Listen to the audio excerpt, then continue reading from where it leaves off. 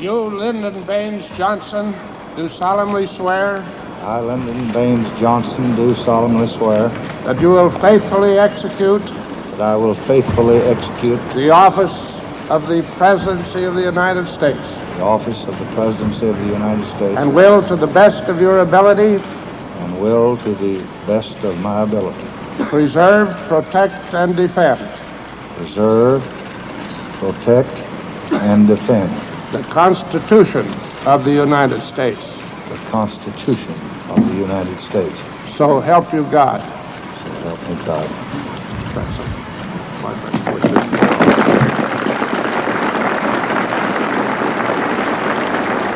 My fellow countrymen,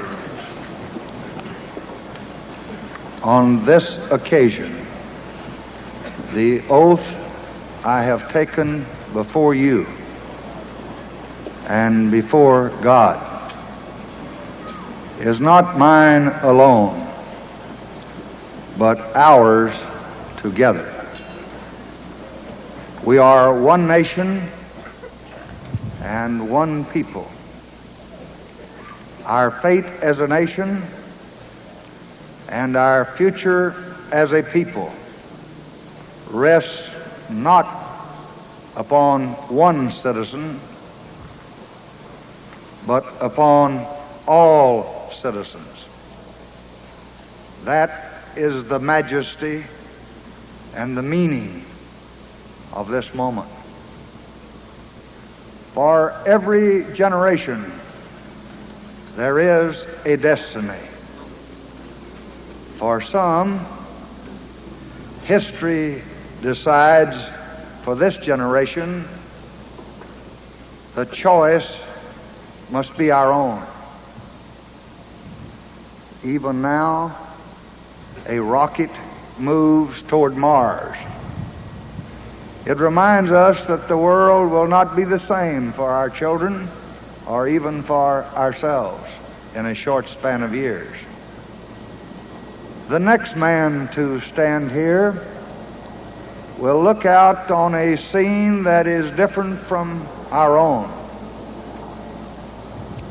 because ours is a time of change, rapid and fantastic change,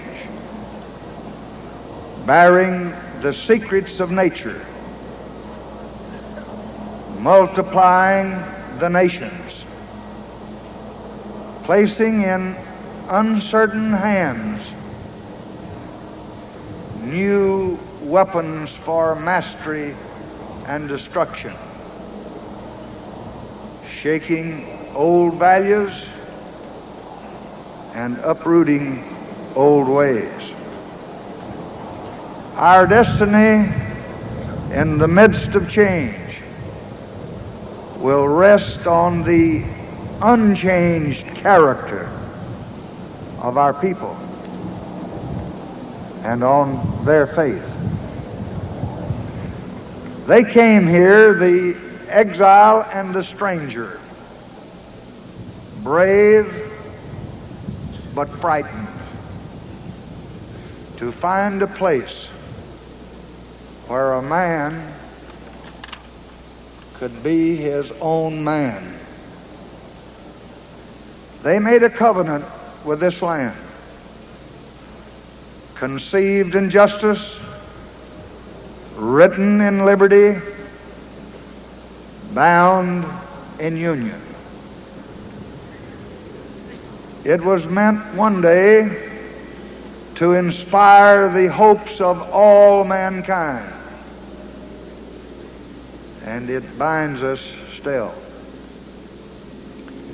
If we keep its terms, we shall flourish. First, justice was the promise that all who made the journey would share in the fruits of the land. In a land of great wealth,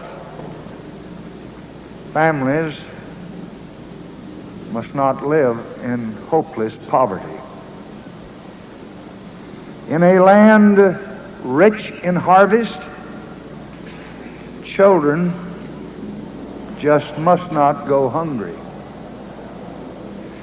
In a land of healing miracles, neighbors must not suffer and die untended. In a great land of learning and scholars, young people must be taught to read and write. For more than 30 years that I have served this nation, I have believed that this injustice to our people, this waste of our resources, was our real enemy. For 30 years or more, with the resources I have had, I have vigilantly fought against it. I have learned and I know that it will not surrender easily. But change has given us new weapons. Before this generation of Americans is finished, this enemy will not only retreat, it will be conquered.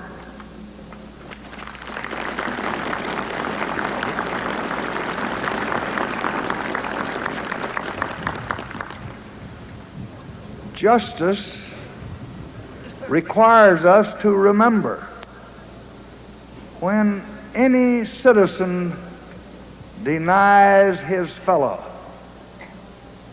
saying his color is not mine, or his beliefs are strange and different. In that moment, he betrays America, though his forebears created this nation.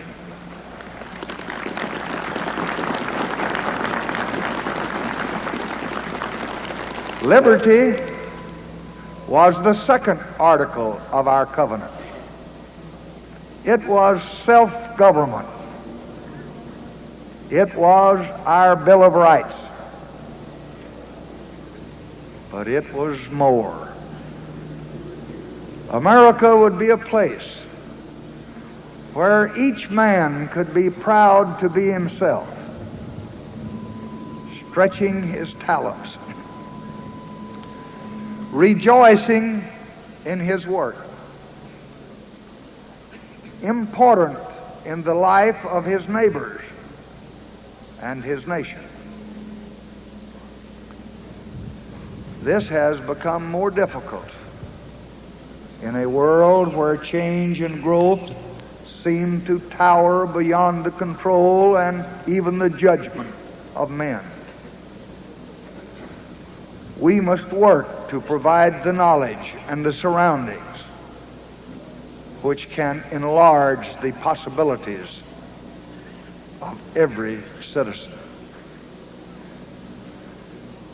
The American covenant called on us to help show the way for the liberation of man.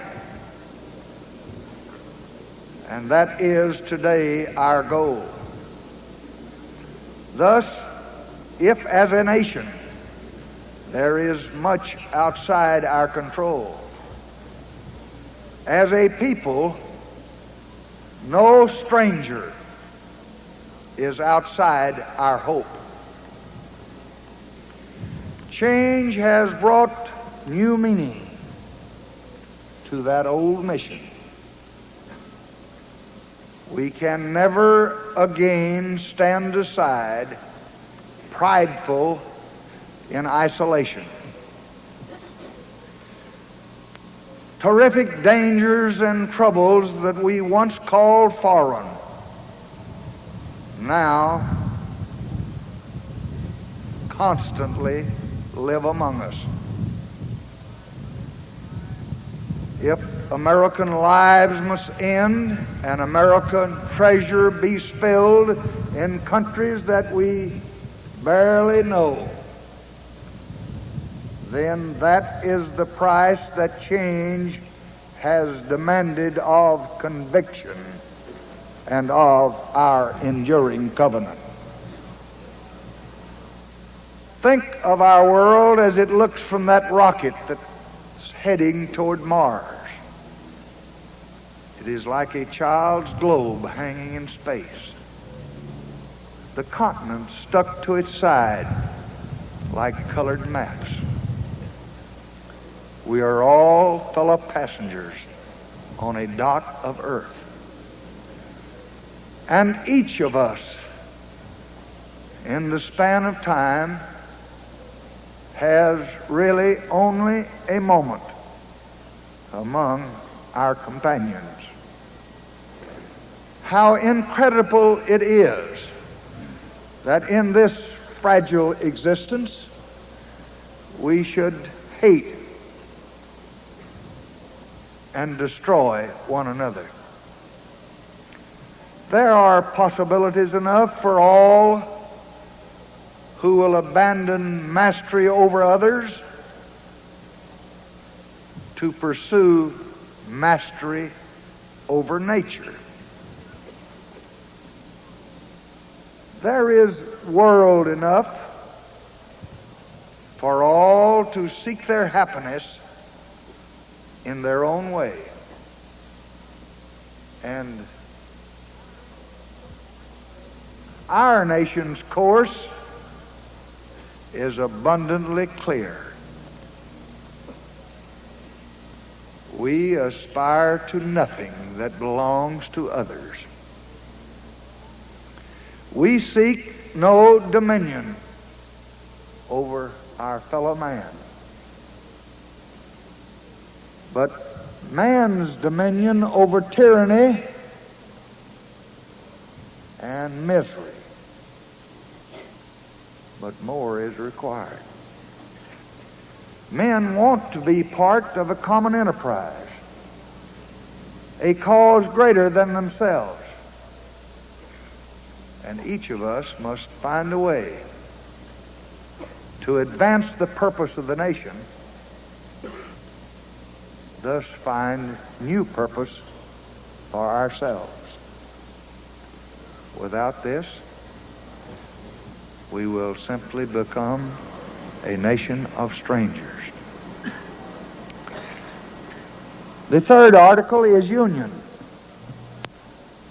To those who were small and few against the wilderness, the success of liberty demanded the strength of the union. 2 centuries of change have made this true again. No longer need capitalist and worker, farmer and clerk, city and countryside struggle to divide our bounty.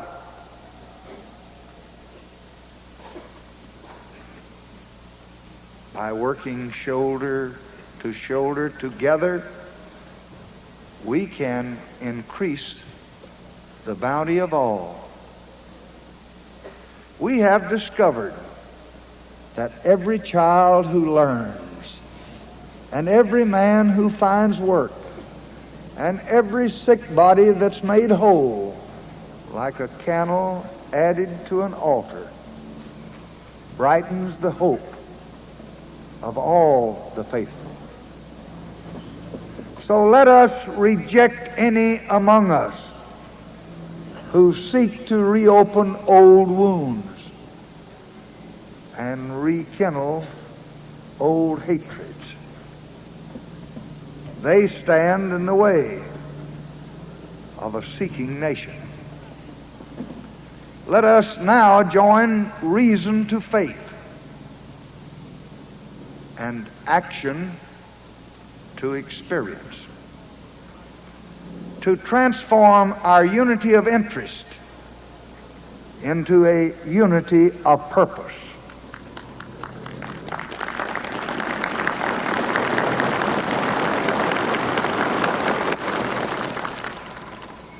For the hour and the day and the time are here to achieve progress without strife, to achieve change without hatred,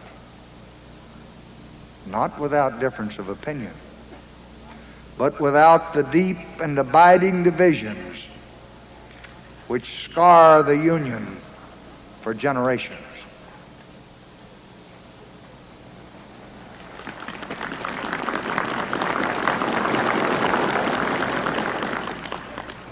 Under this covenant of justice, liberty, and union, we have become a nation prosperous, great, and mighty. And we have kept our freedom. But we have no promise from God that our greatness will endure. We have been allowed by Him to seek greatness with the sweat of our hands and the strength of our spirit. I do not believe that the great society is the ordered, changeless, and sterile battalion of the ants. It is the excitement of becoming, always becoming, trying, probing, falling, resting, and trying again, but always trying and always gaining.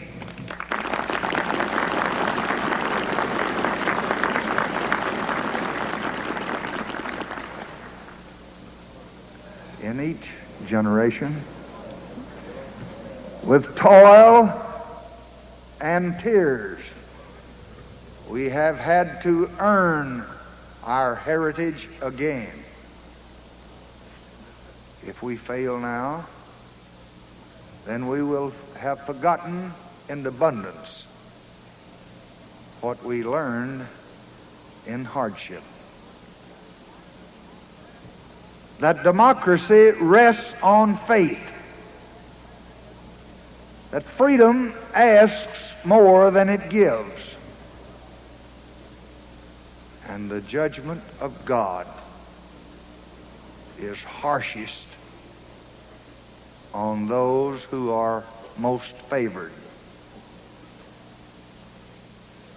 If we succeed, it will not be because of what we have,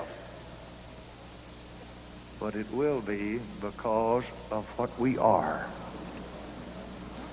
Not because of what we own, but rather because of what we believe.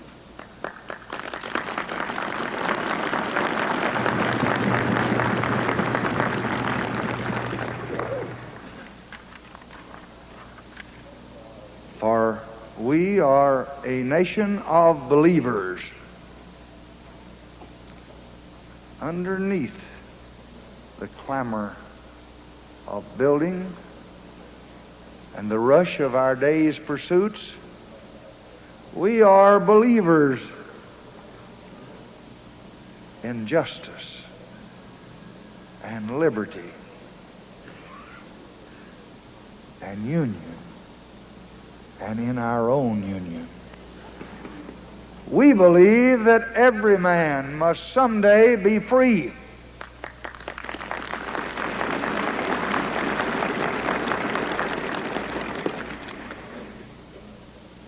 And we believe in ourselves. And that is the mistake that our enemies have always made. In my lifetime, in depression and in war, they have awaited our defeat. Each time, from the secret places of the American heart, came forth the faith that they could not see, or that they could not even imagine. And it brought us victory, and it will again.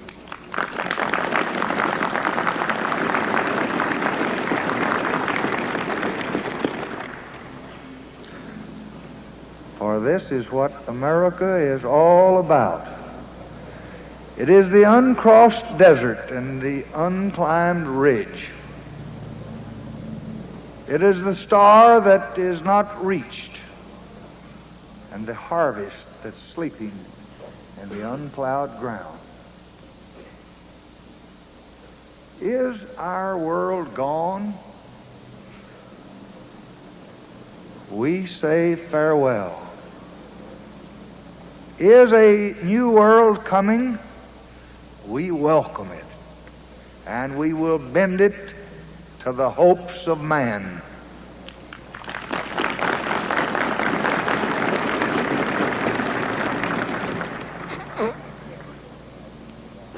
And to these trusted public servants, and to my family and those close friends of mine who have followed me down a long, winding road, and to all the people of this union and the world, I will repeat today what I said on that sorrowful day in November last year. I will lead, and I will do the best I can.